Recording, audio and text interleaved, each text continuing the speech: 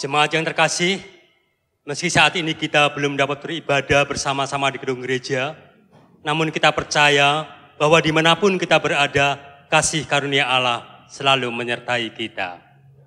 Mari kita terus berdoa dan terus mengupayakan yang terbaik, supaya situasi ini dapat pulih dan kita dapat kembali beribadah di gedung gereja kita.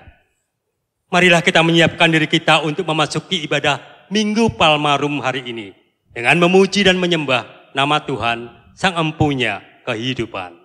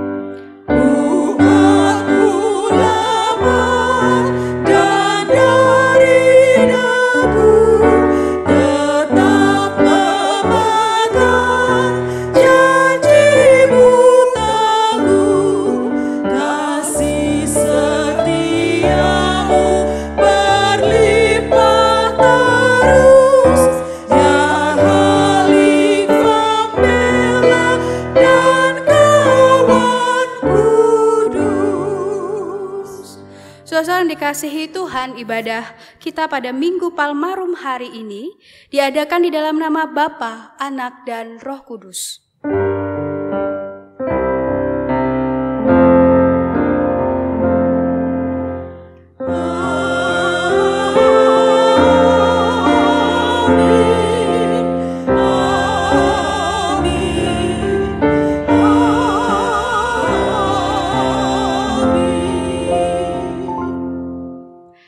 Salam damai sejahtera di dalam Yesus Kristus, dasar pengharapan kita. Tuhan menyertaimu. Tuhan menyertaimu juga. Akhir-akhir ini hidup kita mungkin dipenuhi dengan pemberitaan yang memunculkan kesedihan dan kekhawatiran. Namun kiranya situasi ini tidak membuat kita kehilangan pengharapan. Justru di tengah gelap, semoga kita dapat menjadi terang. Sebagaimana Kristus yang tak berhenti menyatakan cinta kasih-Nya, meski harus menempuh jalan salib demi menebus kita. Kiranya Kristus memenuhi hati dan pikiran kita, supaya hidup kita seturut dengan Dia. Barang siapa mengatakan bahwa ia ada di dalam Dia, ia wajib hidup sama seperti Kristus telah hidup.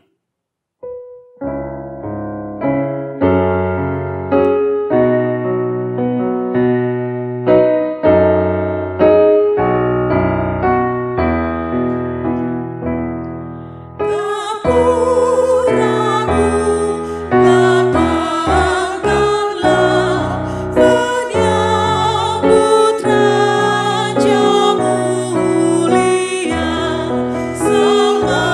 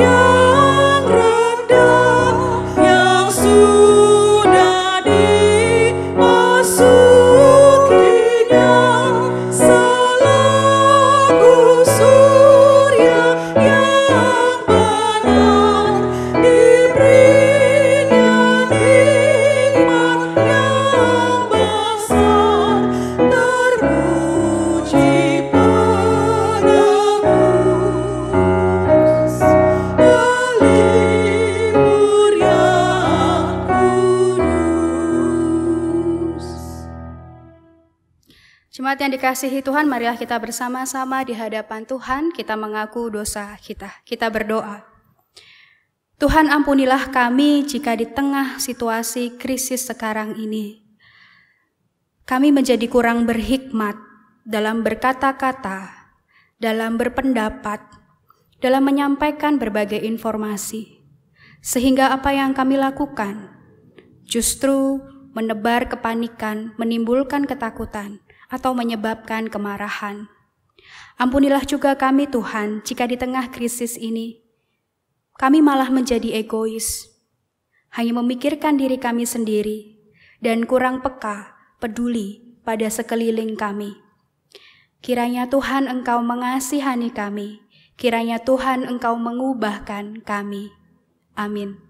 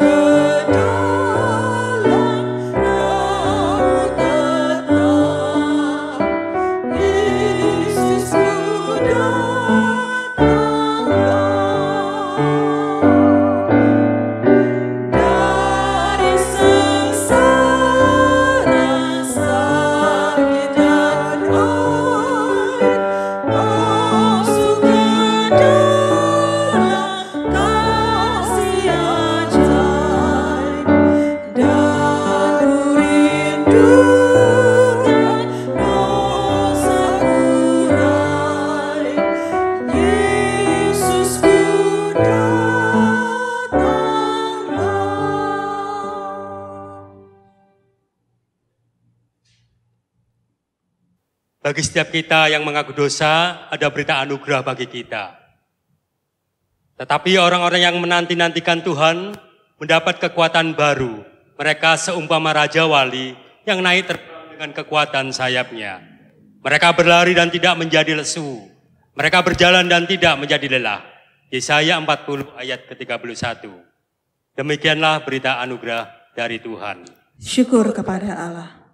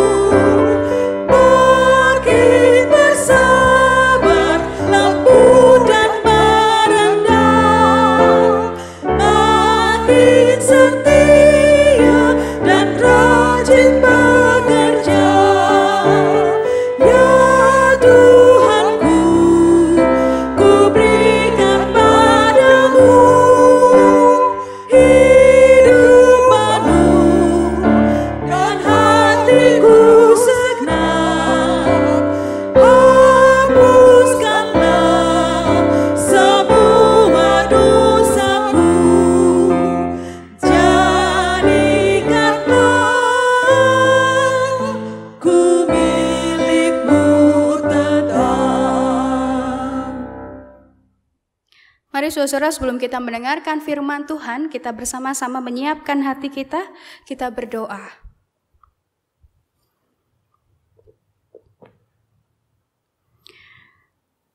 Tuhan, kami bersyukur bahwa dengan teknologi yang Tuhan anugerahkan, kami tetap dapat bersama-sama bersekutu dari tempat kami masing-masing. Tuhan, kami percaya bahwa saat ini meski kami beribadah dari tempat kami masing-masing, kasih karunia Tuhan tetap menyertai kami. Kiranya Tuhan Engkau memberkati kami, kiranya Tuhan Engkau memberikan kami hikmat-Mu supaya kami dapat merenungkan firman-Mu dan memahami apa maknanya. Supaya firman-Mu ini boleh terus memperbaharui setiap kami. Terima kasih ya Tuhan. Bersabdalah, kami siap untuk belajar. Amin. Mari jemaat yang dikasihi Tuhan, kita bersama membaca Matius 21 ayat 1 sampai 11. Ketika Yesus dan murid-muridnya telah dekat Yerusalem dan tiba di Betfage yang terletak di Bukit Zaitun, Yesus menyuruh 2 orang muridnya dengan pesan, "Pergilah ke kampung yang di depanmu itu, dan di situ kamu akan segera menemukan seekor keledai betina tertambat dan anaknya ada dekatnya. Lepaskanlah keledai itu dan bawalah keduanya kepadaku. Dan jikalau ada orang menegur kamu, katakanlah Tuhan memerlukannya. Ia akan segera mengembalikannya." Hal itu terjadi supaya genaplah firman yang disampaikan oleh Nabi. Katakanlah kepada Putri Sion, "Lihat, rajamu datang kepadamu. Ia lemah lembut dan mengendarai seekor keledai beban yang mudah." Maka pergilah murid-murid itu dan berbuat seperti yang ditugaskan Yesus kepada mereka. Mereka membawa keledai betina itu bersama anaknya, lalu mengalasinya dengan pakaian mereka dan Yesus pun naik ke atasnya. Orang banyak yang sangat besar jumlahnya menghamparkan pakaiannya di jalan. Ada pula yang memotong ranting-ranting dari pohon-pohon dan menyebarkannya di jalan. Dan orang banyak yang berjalan di depan Yesus dan yang mengikutinya dari belakang berseru. Katanya, "Hosana bagi anak Daud, diberkatilah dia yang datang dalam nama Tuhan. Hosana di tempat yang maha tinggi." Dan ketika ia masuk ke Yerusalem, gemparlah seluruh kota itu dan orang berkata, "Siapakah orang ini?" Dan orang banyak itu menyahut, Inilah Nabi Yesus dari Nazaret di Galilea. Demikianlah Injil Tuhan Yesus Kristus. Berbahagialah setiap kita yang membaca dan melakukan firman Tuhan. Hosiana.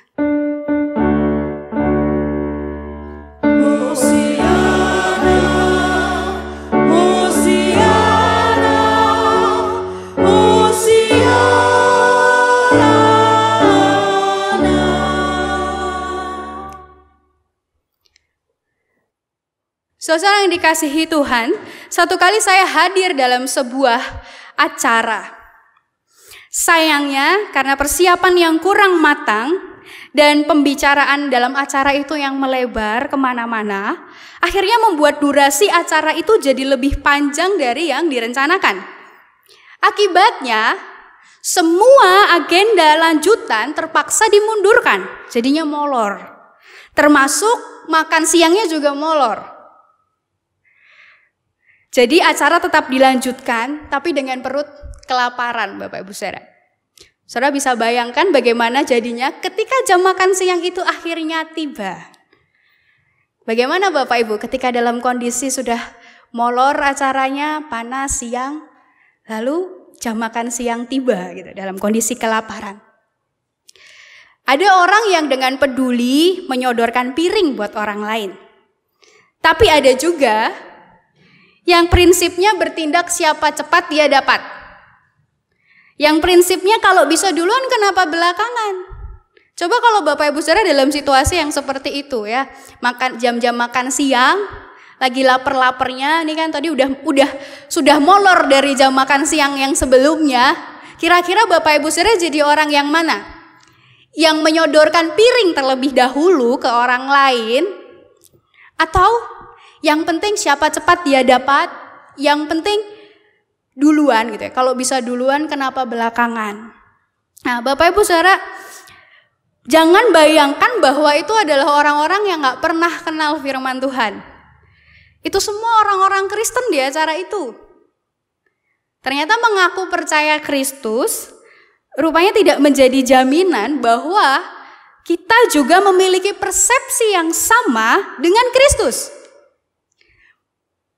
Mengaku mengikut Kristus tidak menjadi jaminan bahwa kita orang yang punya persepsi yang sama dengan Kristus.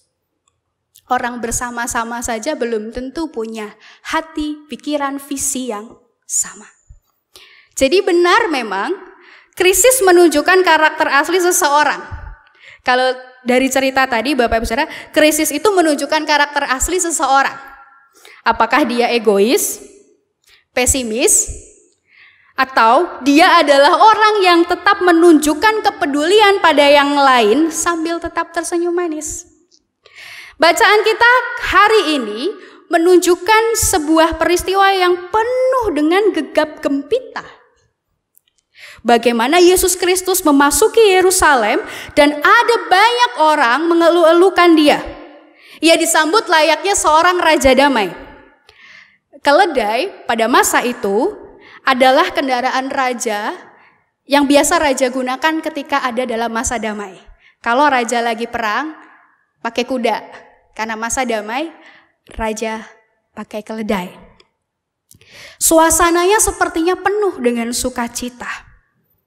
Akan tetapi sebenarnya Bapak Ibu Saudara, yang terpenting itu bukan hanya soal gegap gempitanya suasana saat itu. Bukan hanya soal elu-elu yang dinaikkan oleh orang-orang itu, hosana. Bukan hanya soal perlakuan yang sepertinya memperlakukan Yesus seperti seorang raja. Tetapi hal yang penting juga perlu kita perhatikan, sedang kemana Yesus menuju. Perjalanan itu menuju kemana? Perjalanan itu menuju ke Yerusalem.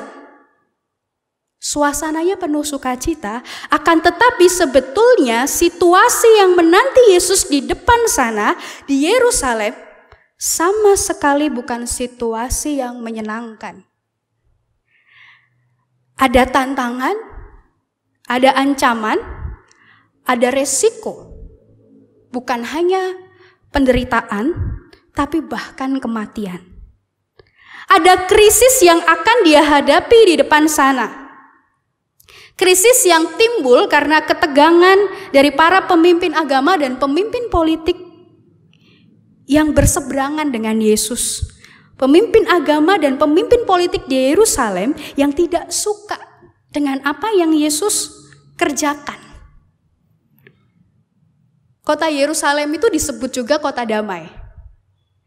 Tapi situasinya justru tidak mencerminkan damai. Tapi Bapak Ibu Saudara, dengan segala resiko itu yang ada di depan sana, Yesus tetap berjalan. Yesus tidak mundur. Dia tetap maju menuju Yerusalem. Dan dengan begitu kita tahu, krisis memang menunjukkan karakter seseorang. Menegaskan siapa Yesus. Krisis itu justru makin menegaskan cintanya yang begitu besar pada umat manusia. Buat sebagian orang mungkin krisis justru membuat kita lari. Tapi persepsi Yesus tidak begitu. Di tengah krisis justru itu menegaskan cinta kasihnya yang begitu besar. Di tengah sekalipun ada krisis, dia tetap berjalan maju ke depan. Begitu juga dengan orang-orang yang terlibat dalam peristiwa Yesus memasuki Yerusalem. Orang yang meminjamkan keledainya, orang yang menebar pakaian dan ranting di jalan. Apa yang membuat mereka rela sih? Apa yang membuat mereka mau melakukan itu? Mau keledainya dipinjam. Orang mau melepaskan jubahnya. Jadi kalau orang di Israel itu kan pakai pakaian berlapis. Masih ada pakaian yang ada baju, ada jubahnya lagi. Nah, mereka lepaskan jubahnya itu untuk menjadi alas buat Yesus lewat. Ada orang yang mengupayakan ngambil ranting pepohonan supaya Yesus mendapat perlakuan yang baik. Kenapa sih orang mau melakukan sesuatu buat orang lain? Kenapa orang mau repot-repot? Kenapa sih orang mau melakukan sesuatu yang baik untuk orang lain? Kalau orang melakukan sesuatu yang baik buat dirinya itu biasa. Semua orang pasti akan lakukan itu. Tapi untuk apa sih orang mau melakukan sesuatu yang baik buat orang lain? Apakah karena mereka berkelimpahan? Apakah karena mereka kelebihan energi gitu? Apakah mereka lakukan itu semua karena mereka sedang baik-baik saja? Bapak Ibu saudara yang dikasihi Tuhan, di sana disebutkan bahwa orang banyak itu. Di sana mereka disebut sebagai orang banyak. Di dalam Alkitab, di dalam firman Tuhan, khususnya dalam Injil, ketika disebutkan orang banyak, kata orang banyak itu dipakai untuk menunjuk pada khalayak ramai. Kata orang banyak itu menunjuk kepada khalayak ramai, pada rakyat jelata, pada orang biasa-biasa. Mereka adalah orang biasa-biasa seperti kita, yang juga biasa berhadapan dengan berbagai macam krisis, yang biasa berhadapan dengan kesusahannya masing-masing. Tetapi yang terpenting di sini bahwa adalah sekalipun mereka berhadapan dengan krisis, mereka mau memberikan sesuatu ketika Tuhan memerlukannya. Krisis tidak menjadi alasan untuk mereka kemudian, jangan, aku sendiri lagi susah kok mikir orang lain. Aku sendiri lagi susah kok mikir buat Tuhan. Mereka sendiri juga orang-orang yang biasa berhadapan dengan krisis seperti kita, yang juga tiap hari kita punya krisis kita masing-masing. Tetapi mereka adalah orang-orang yang justru berusaha mengikuti persepsi Yesus, mengikuti cara berpikir Kristus. Kadang-kadang kita mungkin akan rela memberikan. Kalau ada orang pinjam gitu ya, ada orang butuh, kita akan dengan rela memberikan kalau kita nggak lagi butuh. Kita akan rela membantu kalau kita tidak sedang kesusahan. Ketika tidak sedang krisis, berbuat baik itu mudah, gampang. Tapi ada juga sih sebetulnya orang yang berpikirnya berbeda. Ada loh orang yang berpikirnya lain. Orang yang dengan penuh kesadaran mau memberikan miliknya untuk kepentingan yang lebih besar, untuk sebuah kebaikan yang bukan buat dirinya sendiri, tapi untuk banyak orang. Meski dia sedang krisis, meski ada resiko yang juga dia harus tanggung. Salah satunya di tengah krisis yang sekarang kita hadapi ini adalah mereka yang saat ini berjuang, mereka yang menjadi bagian dari tim medis di sana. Ya kita bisa bilang ya itu kan bagian dari pekerjaan mereka. Tapi Bapak Ibu Saudara, kita juga harus menyadari bahwa kalau tidak ada panggilan dalam pekerjaan itu, orang juga nggak akan kuat. Kalau orang melakukan itu hanya karena dasar pekerjaan kewajiban, bukan karena sebuah panggilan bahwa dia tetap ingin melakukan yang terbaik, meskipun ada resiko berat yang harus dia hadapi, orang gak akan kuat ada di sana. Bagaimana dengan kita ketika kita yang ada di dalam krisis? Di saat kita juga sekarang ini, ya kita sedang menghadapi krisis global, bukan hanya kita yang rasakan, tetapi seluruh dunia, bukan hanya orang Surabaya, bukan hanya orang Indonesia, tetapi seluruh dunia rasakan ini semua. Baik krisis terkait ya kondisi kesehatan setiap orang karena virus yang mewabah COVID-19, maupun juga dampak yang disebabkan oleh itu semua, termasuk soal dampak sosial, dampak perekonomian, yang juga sangat dirasakan oleh banyak pihak. Siapapun Bapak Ibu Saudara ikut merasakannya. Ini betul-betul krisis global. Anak-anak harus merasakan bagaimana sekolah dari rumah, para orang tua merasakan bagaimana kebingungannya menemani anak belajar dari rumah. Kalau nggak biasa nemeni anak belajar itu juga membingungkan pasti. Bapak Ibu Saudara, ada banyak hal yang kita rasakan sekarang ini berbeda dari sebelumnya. Sehingga kita semakin merasakan ini krisis yang tidak mudah untuk dilalui. Nah, apa yang terjadi ketika saat pertama kali wabah ini diumumkan di Indonesia? Orang saling menyalahkan, kepanikan terjadi di mana-mana, orang melakukan belanja dalam kepanikan gitu ya. Kemudian beberapa barang yang justru penting dan dibutuhkan, ada orang yang menimbunnya padahal dia nggak butuh sebetulnya. Beberapa kali sambil di jalan saya dengar radio, bahkan ada orang-orang yang cerita ketika dia mencoba membeli masker, memesan hand sanitizer. Ternyata itu sebuah penipuan. Bayangkan orang sudah susah, beli mahal, tapi ditipu. Rupanya di tengah krisis ada orang-orang juga yang justru mencari keuntungan buat dirinya sendiri. Krisis menunjukkan karakter seseorang, siapa dia, dan bagaimana kita. Siapakah kita saat krisis itu terjadi? Apakah kita termasuk yang ketika krisis dipenuhi dengan sikap paranoid, khawatir, takut, berlebihan? Ketika krisis kita dipenuhi dengan kemarahan dan menyalahkan banyak pihak? Ketika krisis kita malah jadi orang yang mencari keuntungan di dalamnya? Atau kita menjadi orang-orang yang di tengah kemendesakan, ketidakpastian ini, yang kita nggak tahu kapan selesainya ini, kita masih mengingat tetangga sebelah, kita masih mengingat orang-orang yang menjadi sangat kesulitan pada masa-masa ini, kita masih mau berbagi dengan orang-orang yang bergantung pada penghasilan harian mereka, maka kita masih menjadi orang yang memiliki kepedulian. Bapak Ibu Saudara, di tengah-tengah krisis ini masih ada orang-orang yang melakukan hal-hal seperti itu. Ada orang-orang yang masih berbuat baik, meski hidupnya tidak sedang baik-baik. Orang yang kuat bukan orang yang tidak pernah menghadapi krisis, melainkan orang yang tidak berhenti melakukan kebaikan di tengah krisis yang ia jalani. Orang-orang yang demikian tidak sendirian, tapi ia melakukannya bersama Yesus. Karena dia mengusahakan apa yang Yesus lakukan. Karena ia terus berusaha memahami persepsi Kristus. Amin. Tuhan memberkati.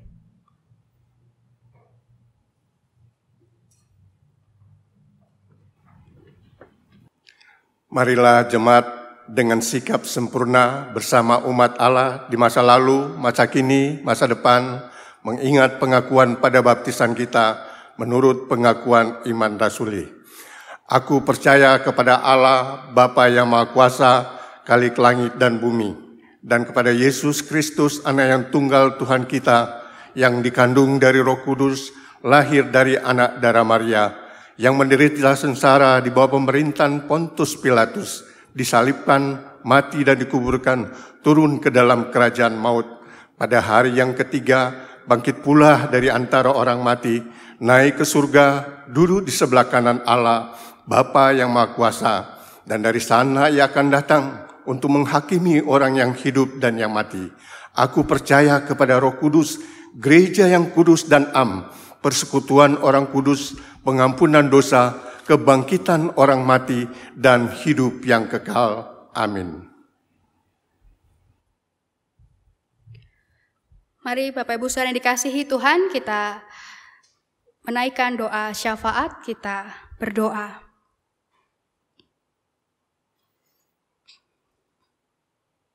Tuhan, tolonglah kami agar di tengah situasi di mana kami tidak dapat berjumpa secara langsung, kami dapat memanfaatkan berbagai bentuk teknologi untuk merawat persekutuan ini.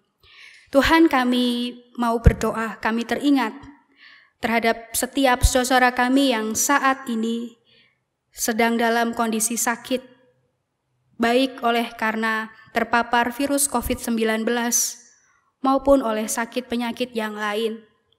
Kiranya di tengah segala sakit yang ia alami, ia tetap memiliki pengharapan di dalam Tuhan. Tuhan memberikan kekuatan, Tuhan memberikan semangat untuk saudara kami, supaya mereka boleh menjalani setiap pengobatan.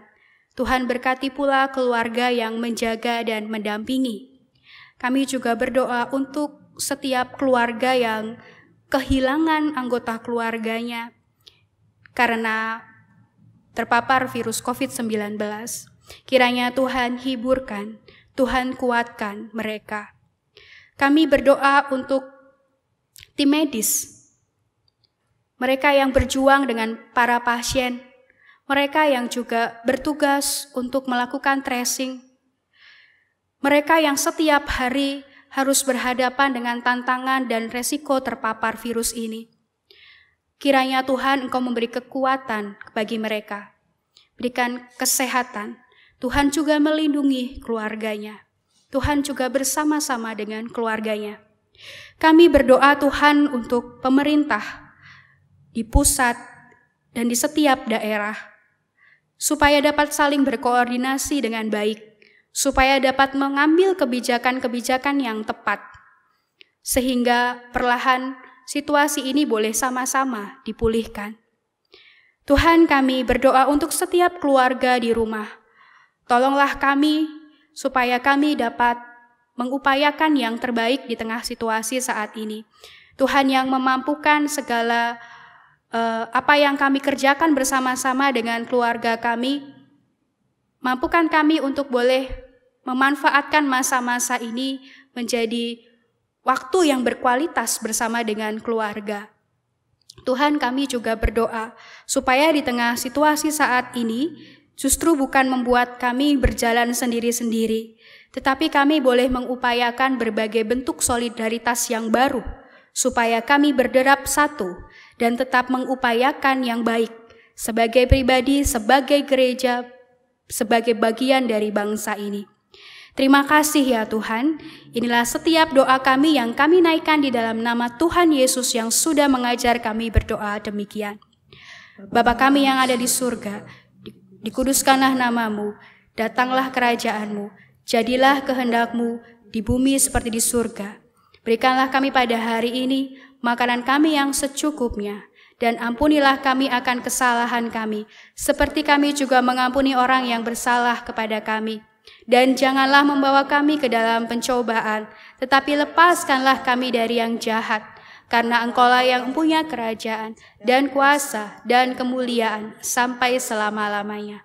Amin. Waktunya kita bersyukur atas pemberian Tuhan melalui persembahan. Persembahan dapat diberikan melalui nomor rekening GKI Diponegoro yang tertera pada layar dan dapat juga menggunakan aplikasi dompet digital dengan cara scan QR Code yang tertera pada layar.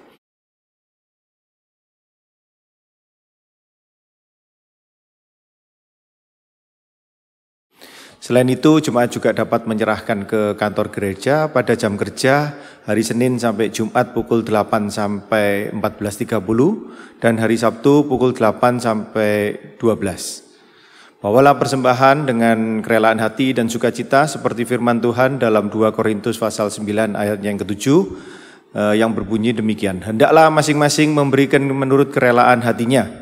Jangan dengan sedih hati atau karena paksaan, sebab Allah mengasihi orang yang memberi dengan sukacita.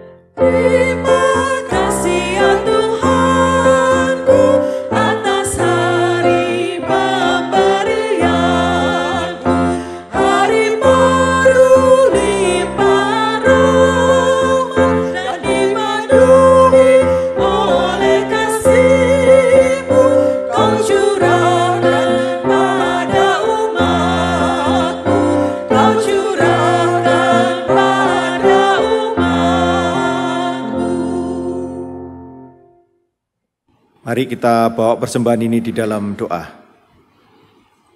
Terima kasih ya Tuhan atas setiap berkat pemeliharaan-Mu. Mampukanlah kami supaya di tengah situasi saat ini kami dapat menjadi saluran berkat. Kiranya ucapan syukur ini berkenan di hadapan Tuhan. Amin.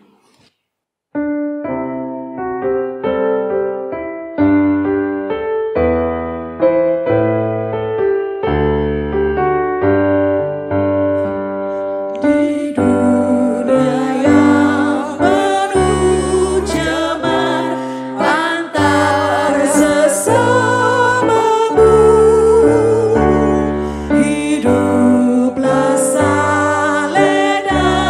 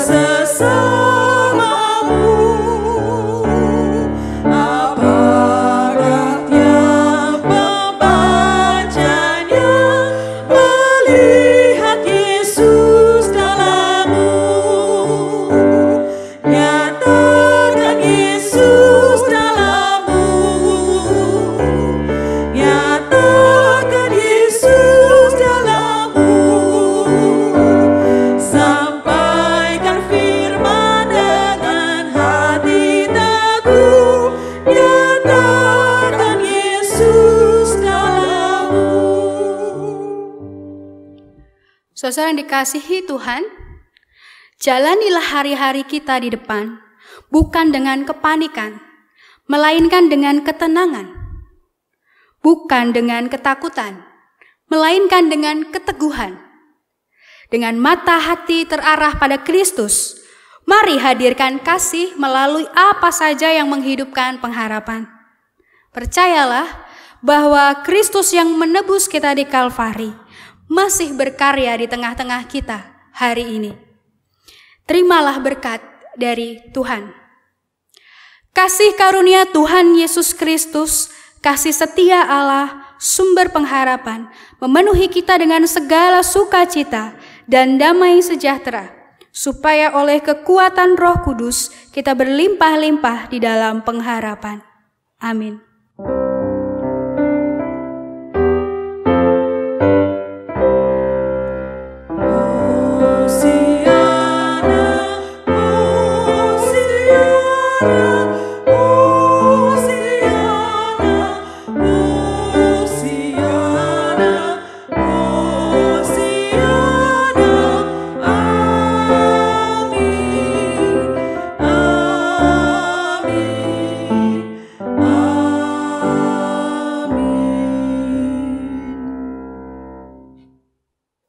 Demikianlah ibadah kita hari ini. Ibadah kita selanjutnya yaitu Kamis Putih, Jumat Agung, Sabtu Sunyi dan Paskah juga akan kita lakukan secara online. Kita bersyukur dengan teknologi yang dianugerahkan Tuhan. Kita dapat memelihara persekutuan kita. Selamat hari Minggu, Tuhan memberkati.